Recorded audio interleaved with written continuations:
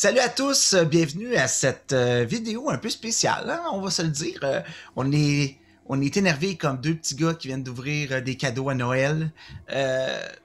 On va parler aujourd'hui de Van Richten's Guide to Ravenloft. Un livre très attendu, hein, Pépé? Un livre que toi, t'attendais beaucoup, mais je pense que beaucoup de gens attendaient comme nouveau contenu cette année pour Donjons Dragons 5e édition. Qu'est-ce que t'en penses? Eh bien, déjà, oui, effectivement. Déjà, salut Francis. Salut. Mais oui, absolument. Je pense déjà, d'ailleurs, le livre de Ravenloft de la deuxième édition était, selon moi, je crois, la plus grande campagne, je pense, l'ouvrage le plus apprécié de cette édition-ci. Le monde attendait de pied ferme Van Richten Guide to Ravenloft parce que ça l'a vraiment marqué énormément on va dire la niche très vieille de Donjons Dragons. C'est très populaire depuis très longtemps et c'est pas un setting qui a perdu en popularité avec les années. Ça a resté comme autant quelque chose que les joueurs en voulaient toujours, que ce soit à la deuxième, à la troisième, ou est-ce qu'il y a eu des volumes aussi. Je pense qu'il n'y en a pas eu à la quatrième. Je sais plus. Non, il n'y en a pas eu. Non, ben c'est sûr, regarde, on oublie ça. Puis à la cinquième, ben, il y a eu Curse of Strahd qui était une campagne assez spécifique, mais là, les gens avaient vraiment hâte d'avoir, encore une fois, les domaines et tous ces demi-plans qui fonctionnent avec leurs propres règles et tout ça. Fait que oui, je pense que l'attente était très grande. Et pour ma part, et je pense que pour toi aussi, c'est une réussite. Oui, je pense qu'on a réussi quelque chose de bâtir sur le hype de Curse of Strahd, de bâtir sur cette espèce de tangente que Donjon Dragon a depuis quelques temps, de sortir plus de mettre beaucoup d'emphase sur des settings de campagne, des livres qui aident les DM à créer des campagnes de toutes pièces. Je pense qu'on va chercher là où Icewind Dale, Rime of the Frostmaiden allait dans l'horreur, on retourne un peu dans l'horreur, mais beaucoup plus gothique, puis qui est une valeur sûre justement par le succès de Curse of Strahd. Puis Van Richten's Guide to Ravenloft, et on peut utiliser la pochette de l'édition spéciale est complètement folle. Ah, c'est fou, même le dos avec le symbole du Ravenkind dans Curse of Strahd, là, c'est vraiment de toute beauté. C'est vraiment réussi. Et même l'édition originale est très très belle, là où on met beaucoup d'emphase sur Strahd, justement. Puis, tout ça. Donc, comment on va procéder, dans le fond, pour cette chronique-là? C'est qu'on va y aller, je pense, par chapitre. On a décidé de se faire justement une vidéo là-dessus pour parler de nos impressions. On a eu le temps de lire. Donc, on a eu le temps de passer à travers. Merci beaucoup, d'ailleurs, à Wizard of the Coast qui nous a permis encore une fois de pouvoir se jeter là-dedans pour être en mesure de vous faire une vidéo qui, nous l'espérons, réussira à vous informer sur le contenu de ce livre-là et si ce livre-là s'adresse à vous. Donc, moi, premier point, c'est un livre pour les DM. C'est pas un livre pour les joueurs. Il y a énormément de stock qui peut servir à tous les maîtres de jeu pour créer des histoires là-dedans. Donc, si vous êtes un joueur et que vous voulez pas avoir nécessairement de spoilers, peut-être pas écouter cette vidéo-là ou soyez avertis que probablement on va dire certains éléments qui se retrouvent dans ce livre-là qui pourraient peut-être être des vues gâcheurs pour des quêtes que maître de jeu aimerait faire pour vous. Donc, c'est ça. Je sais pas si tu veux commencer avec le premier chapitre, Pierre-Philippe. Je peux bien, oui. En fait, comme tu dis, c'est qu'on va y aller un chapitre à la fois. Il y en a 5 en tout. Il y en a qui sont plus importants que d'autres. Puis on va chacun donner notre opinion sur le chapitre qu'on est en train de lire. Le premier chapitre, c'est sur la création de personnages. La création de personnages offre bien sûr des nouveaux origines, que ce soit, on est habitué à, on va dire, le demi-orc et tout ça, l'elfe et tout, sauf que là, dans ce livre-là, il y a des nouvelles options qui sont spécifiques à Ravenloft, des choses qui ont plus en lien avec les hags ou même des demi-vampires, là, c'est les vampires, puis bien sûr aussi des personnes qui reviennent d'entre les morts. Je trouve ça bien, je trouve ça efficace, je trouve ça cool que chacune des origines, chacune des races, entre parenthèses, qui sont présentées dans l'ouvrage, ont dans le fond, peuvent provenir de n'importe quelle autre espèce, parce qu'au final, c'est toutes des espèces qui ont été un peu mélangées, en quelque sorte. C'est tout une espèce qui a été modifiée. Et pour ça, je trouve ça le fun, je trouve ça cool. Il y a des nouvelles sous-classes aussi. Ça m'a pas... Et pour de vrai, les nouvelles sous-classes m'ont pas jeté à terre. J'ai pas trouvé ça incroyablement rafraîchissant. Un Warlock de la mort, je suis comme, OK, avec le Warlock, c'est déjà un peu edgy, fait que la mort, c'est encore plus edgy. Le Bard de Spirit, le College of Spirit, j'ai trouvé ça cool, par contre, c'était bien. Je l'ai beaucoup aimé. Mais, puis bien sûr, des nouveaux, font plus explication de certains backgrounds dans le contexte de Ravenloft et des trinkets, bien sûr. Mais moi, des trinkets, on va dire gothique. Mais moi, comme toi, je crois, tu me diras ce que tu en penses, je trouve que on va dire l'aspect le plus gros qui ressort de ce chapitre-ci, c'est vraiment, dans le fond, les Dark Gifts, qui sont des éléments qui ont été abordés aussi dans Curse of Strahd, qui sont abordés aussi dans de nombreux ouvrages indépendants de tierces parties de Donjons Dragons qui ont voulu donner justement plus de jus à Curse of Strahd. C'est des pouvoirs que les joueurs peuvent avoir gagné au courant, dans le fond, d'une partie dans Ravenloft, avoir été au contact avec les demi-plans, avec le mal, tout ça, ça peut donner certains pouvoirs qui ont tout le temps des contre-coups négatifs et qui peuvent apporter vraiment énormément de richesse en termes de trame narrative. Ouais. Et pour ça, moi, j'étais genre, ça, c'était vraiment, vraiment, vraiment super bon. Ouais.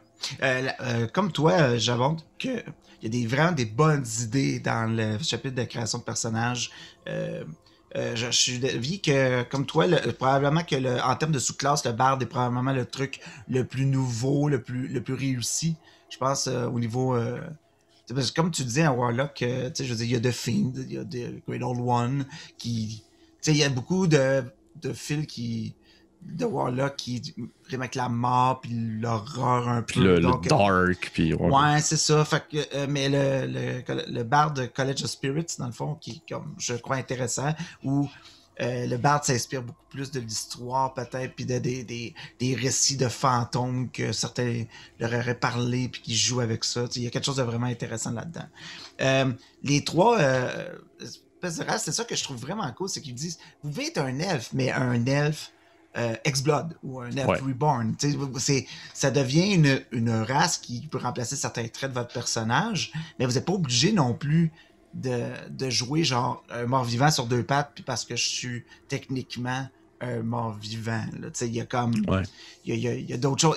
C'est le fun qu'on donne encore plus de flexibilité, dans le fond, aux joueurs pour créer quelque chose. Fait que vous, comme DM, votre joueur, ça va être comme DM, votre rôle, dans le fond, ça va être d'informer vos joueurs qui ont ces options-là. Mais les Dark Gifts, on en parlait un petit peu avant la vidéo, c'est fou comment ça peut aider beaucoup de maîtres de jeu à créer du backstory pour les joueurs. De donner des armes aux joueurs, surtout des outils pour que eux fournissent les maîtres de jeu avec des histoires intéressantes. Oui, ok, tu peux avoir ce pouvoir-là. Wow, c'est bien hot, ok. Mais c'est un pouvoir qui va être lourd de conséquences. Donc, comment tu l'as eu? Arrive-moi avec un paragraphe ou une histoire de comment tu penses que ton personnage a eu ce don-là. On va partir de là, puis on va créer ton personnage ensemble à travers l'aventure, puis avec les répercussions que cela va avoir. Je pense qu'il y a beaucoup de bonnes choses pour ça, comme outil pour les DM, parce que il y a la carotte au bout du bâton, mais tu sais, le DM ça va l'aider beaucoup, je crois, dans la conceptualisation de son monde, de son groupe d'aventuriers, de tout ce qui peut influencer, dans le fond, la quête des personnages. Non, définitivement. Définitivement, je suis très d'accord avec toi là-dessus.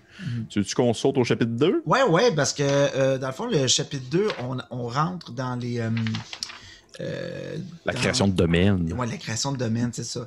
C'est que, faut dire que Van Rich's Guide to Ravenloft, il y a déjà...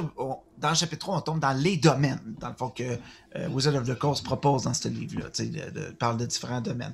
Sauf que il y a toute une section qui permet à vous de vous donner des outils et de l'inspiration, dans le fond, pour créer votre propre domaine de l'horreur. Si, par exemple, il y a une thématique ou un style de fiction qui vous intéresse plus, qui pourrait fitter dans cette espèce de trame narrative gothique horreur ou horreur mystérieuse ou horreur parallèle, ben il y a un chapitre qui vous permet d'identifier les bonnes choses à penser, à inclure dans votre domaine, justement. Quelques trucs qui pourraient donner beaucoup de substance à votre monde, dans le fond, que vous allez faire. Ou si, par exemple, ce monde-là arrive en plein milieu d'une campagne que vous êtes déjà en train de faire, mais comment bien l'inclure, comment rentrer ça dans votre univers. C'est vraiment... C'est fun, c'est que le deuxième chapitre est déjà une proposition à créer vous-même vos propres univers, alors que le troisième chapitre est justement la situation d'univers déjà créé. Donc, on est toujours aussi dans l'optique de créer vos propres choses, inspirez-vous de ça. C'est pas des lignes coulées dans le béton qu'on vous propose dans ce livre-là.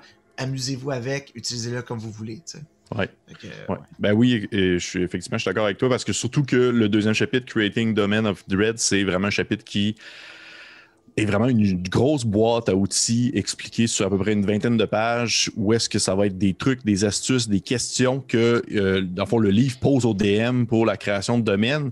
Et je pense qu'une des choses qui va être le plus intéressante, ça va être vraiment vers la fin du chapitre où est-ce qu'ils vont parler en fait des différents types d'horreur. Mettons que vous êtes quelqu'un qui veut plus aller dans le folk horreur ou quelqu'un qui veut aller plus dans l'horreur cosmique, des choses comme ça. Et selon le type d'horreur qui vous intéresse, ils vont vous proposer des monstres, ils vont vous proposer des trames narratives, ils vont vous proposer des approches d'ambiance et tout ça. Et ça, pour vrai, pour quelqu'un qui ne maîtrise pas le genre, je trouve que c'est vraiment un super bel outil, autant pour Donjons Dragons que pour autres type de jeu aussi. Je pense que ça peut bien s'imbriquer dans d'autres styles parce que c'est des vrais genres qui existent. C'est pas spécifique à Donjons Dragons. Et lorsque vous créez votre domaine, ils vous conseillent d'y associer un ou deux genres. T'sais, ils vont dire ce domaine-là, ben, c'est un style horreur physique, là, c'est-à-dire des déformités, puis horreur folk, en lien avec la nature et tout ça. Et je pense qu'en sautant là-dessus, si tu me permets, on va sauter au chapitre 3 qui est justement les domaines. Ça, je peux peut-être simplement dire qu'il y a énormément de tables. C'est un chapitre qui est énormément construit sur des tables. Ouais. Donc, si vous jamais, je ne sais pas quoi faire, puis un des 8, un des 6, un des 20, puis on vous propose plein de trames narratives, puis de ces concepts-là. Fait que, ouais. Puis, c'est ça, en sautant au chapitre 3, les domaines, chaque domaine qui nous est présenté dans l'ouvrage, il y en a 17 en tout qui sont des domaines élaborés sur plusieurs pages. Et il y en a 22 qui sont des domaines qui sont un peu moins élaborés, qui sont expliqués en un ou deux paragraphes et qui vous laissent dans le fond le plaisir de pouvoir créer avec ça. Et bien, chaque domaine a, bien sûr, son genre qui est associé, son type d'horreur qui est associé, son Dark Lord qui est associé, comme on prend par exemple la Barovie avec Stran von Zarovic. Il y a, dans le fond, le type de landmark, à quoi est-ce que ça va ressembler un peu l'ambiance physique, les différentes notoriétés de l'endroit. Et c'est vraiment le plus gros chapitre de l'ouvrage, c'est le chapitre 3. Et je trouve que, selon moi, c'est le plus réussi, c'est vraiment le plus passionnant. Si tu veux, Francis, je peux te laisser commencer là-dessus. Qu'est-ce que tu en penses? Ben, moi, ce que je trouve vraiment intéressant de ça, c'est qu'on a donné énormément de choix, mais on n'a pas lésé sur la qualité du contenu. Par exemple, pour les 17 qui sont les plus ancrés dans le béton, mettons dans l'histoire de Donjons Dragons, puis qui sont des échos peut-être de trames narratives déjà connues ou qui ont fait apparition dans d'anciens trucs, ça se tient comme sur 2-3 pages. Vous avez une map, vous avez des lieux, vous avez des personnes, des espèces de Dark Lord, là, la personne qui contrôle un peu cette sphère-là, de ce domaine-là.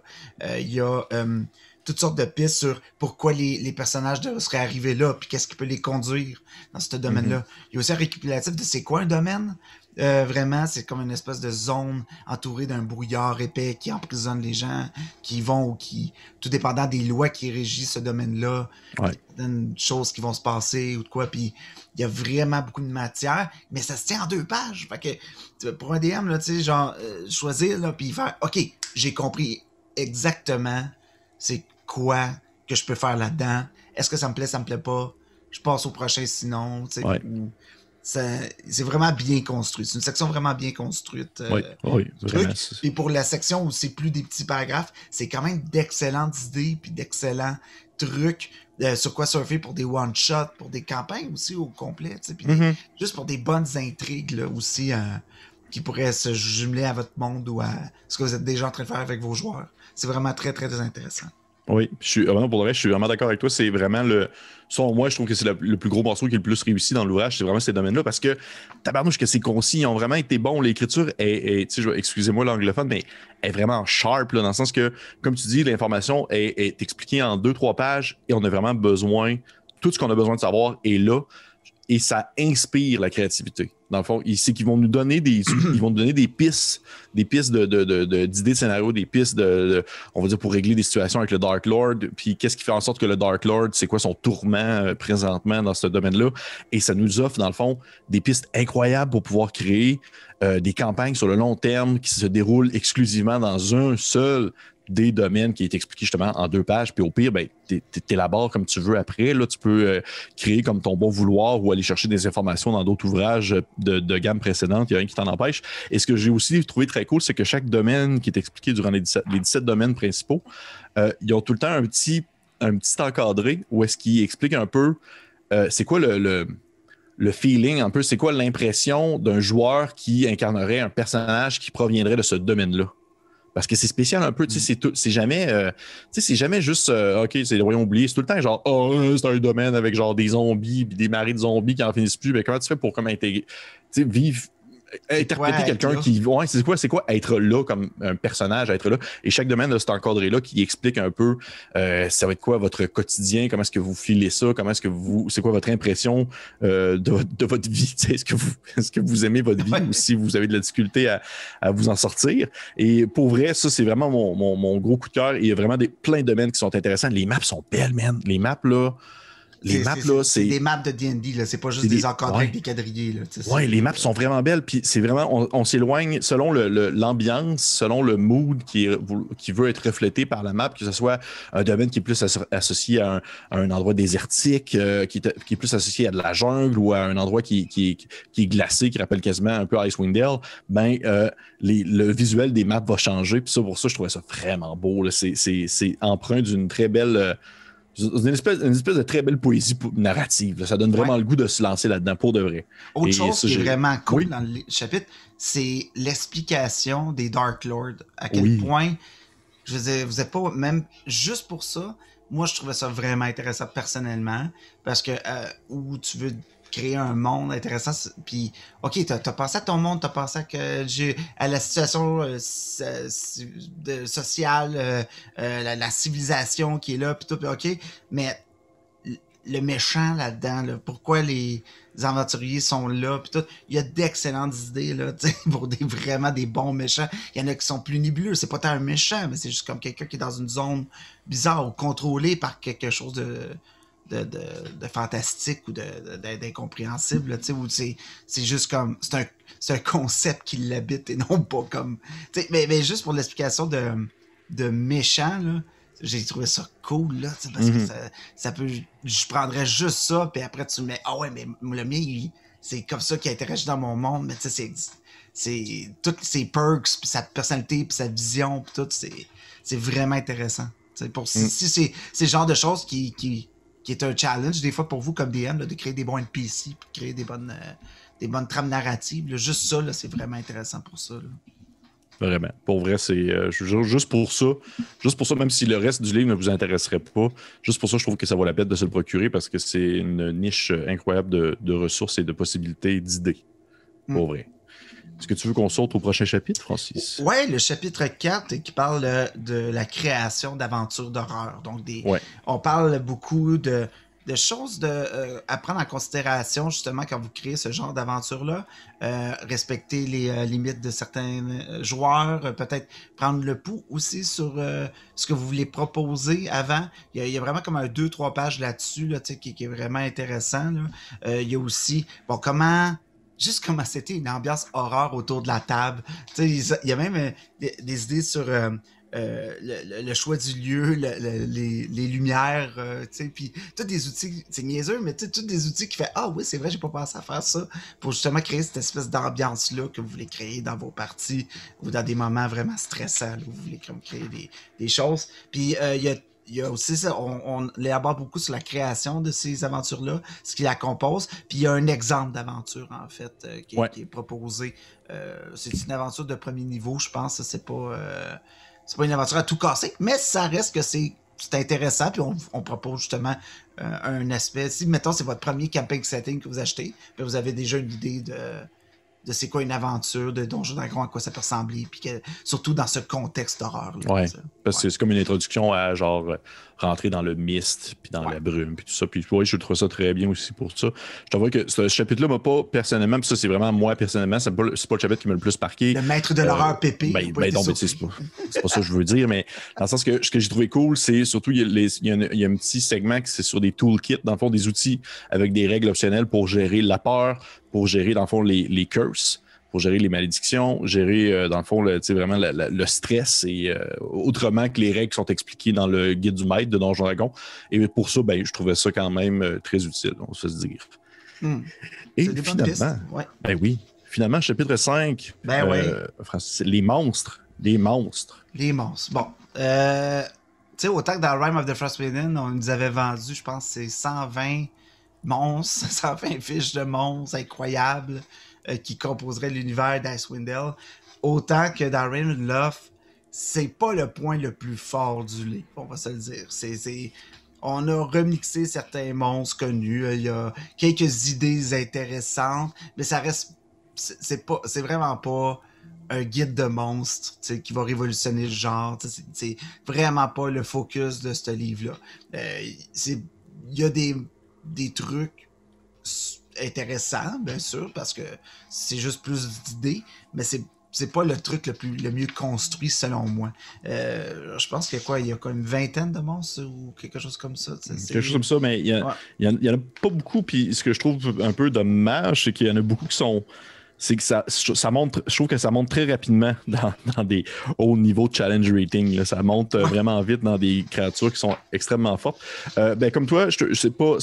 Puis pour de vrai, moi étant un très grand amateur de bestiaires, j'aime ça lire des bestiaires.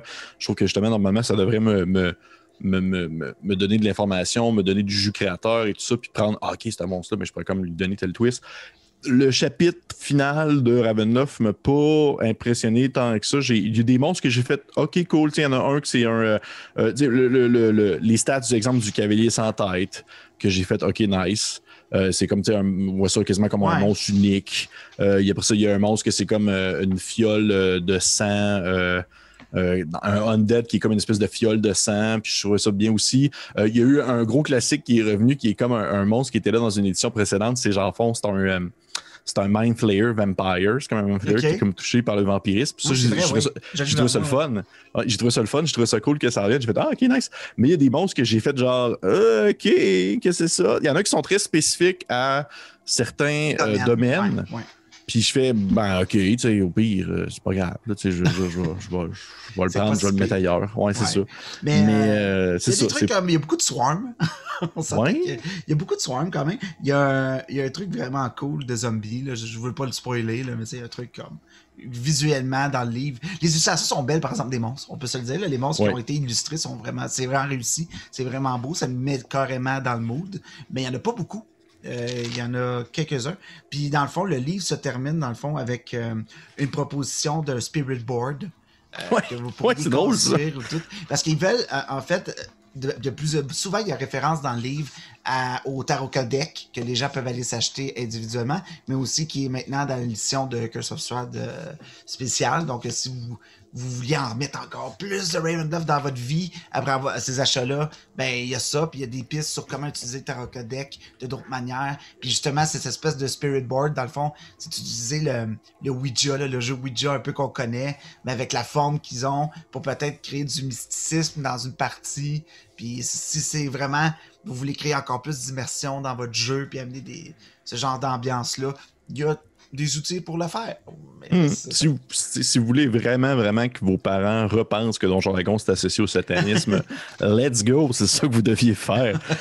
Utilisez votre plage de Ouija, puis pour de vrai. Mais non, je joue à Donjon Dragon. Je joue à Donjon Dragon, c'est ça. Mais fait que ça ressemble à ça, même. Ça ressemble à ça, Van Richten Guide to Ravenloft. Pour ma part, c'est un de mes ouvrages. Je dirais pour de vrai, c'est un de mes ouvrages préférés qui est sorti la 5e, qui n'est pas une campagne.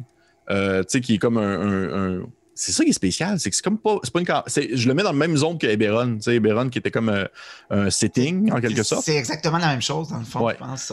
C'est un setting, puis c'est vraiment ça m'a vraiment énormément donné le goût de jouer là-dedans, ça m'a énormément donné d'idées. Et pour ma part, comme je te dis, je trouve que c'est un must pour quelqu'un qui veut s'intéresser à ce genre-là et qui veut explorer un des endroits les plus mythiques, si on veut, de Donjon Dragon, qui a donné de la créativité à des joueurs durant de nombreuses années.